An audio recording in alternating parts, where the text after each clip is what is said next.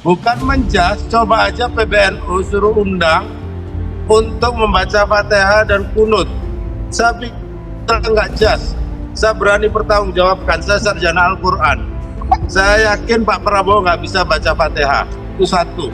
Terjadi perdebatan panas antara sesama kader Nahdlatul Ulama yang juga juru bicara pasangan Anies Baswedan Muhaimin Iskandar, Jazilul Fawait, dengan juru bicara Prabowo Gibran, Ali Maskur Musa, di Apa Kabar Indonesia Malam TV One. Awalnya, Ali Maskur mengomentari statement Jazilul yang menyebut jika warga Nahdien tidak memilih sesama Nahdien bisa konslet secara ideologi. Karena menurut Jazilul, Muhaimin merupakan anak biologis Nahdlatul Ulama sejak lahir. Bahkan kakeknya adalah pendiri Nahdlatul Ulama. Secara keilmuan dan sanad menyambung ke pendiri Nahdlatul Ulama. Karena itu ukuran as-sohib as-sobiyah yang mengunggul-unggulkan satu nasab tertentu, maaf, izinkan saya minta maaf, di dalam hal demokrasi itu undemokratik.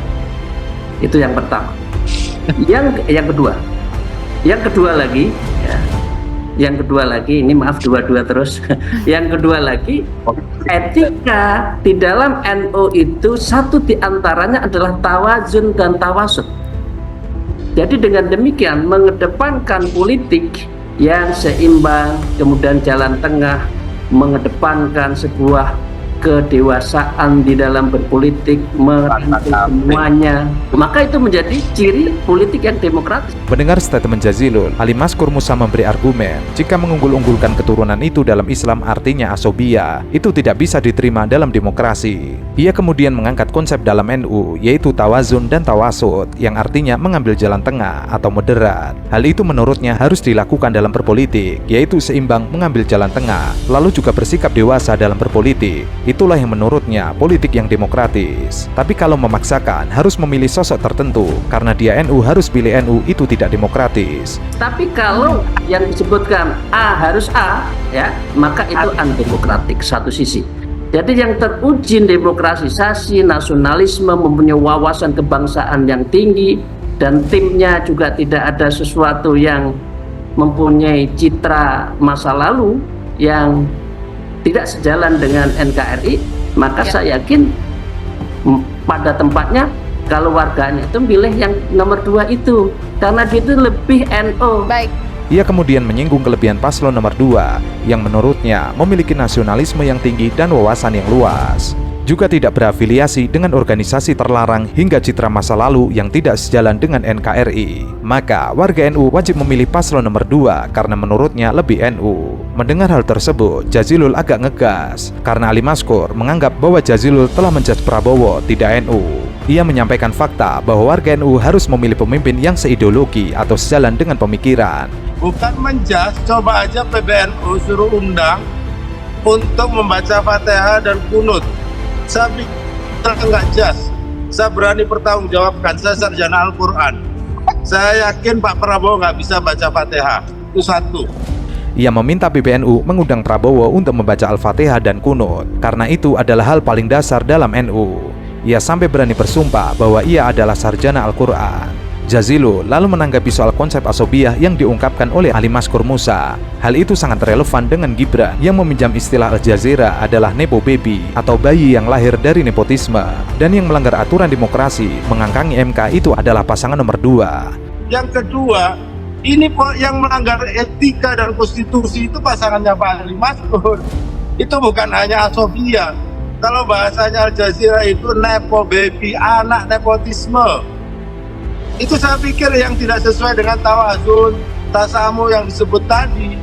Oleh sebab itu, apa yang disampaikan oleh Pak Ali Maskur tadi itu mementahkan argumennya sendiri. Jadi ini bukan salah asobiah. Di dalam hukum, sanad ilmuwan dan sanad pikiran dan sanad soal ke-NU-an. Saya pikir itu clear. Pak Ali Maskur juga kader NU tahu kita Pak Prabowo Gibran tidak punya sanad ke-NU-an. Belum lagi masalah tawazun tasamuh yang diungkapkan itu juga dilanggar oleh pasangan nomor 2. Jadi argumen tadi menurut Jazilul malah menuding muka pasangan nomor 2 sendiri. Kalau bicara sanad ke-NU-an itu sudah clear, Prabowo Gibran tidak punya sanad ke-NU-an. Jazilul juga menyinggung warga NU jika memilih pemimpin sebenarnya mudah, karena istilah Gus Baha adalah yang penting sholat. Itu paling dasar. Jika dijabarkan lebih dalam bagaimana sholatnya, keilmuannya bersanad ke siapa, Nah, oleh sebab itu yang kami sebut sebagai konslet itu karena memang dalam mencari pemimpin itu harus ada sandaran sanadnya, sandaran fikihnya, sandaran asal usulnya. Dan kita tahu semua bahwa Gus Muhaimin ini adalah cicit pendiri Nahdlatul Ulama, itu satu. Yang kedua, Pak Muhaimin lahir dan dibesarkan di dalam politik Nahdlatul Ulama yang memahami tentang mabadi' khairul ummah, yang memahami tentang aswaja.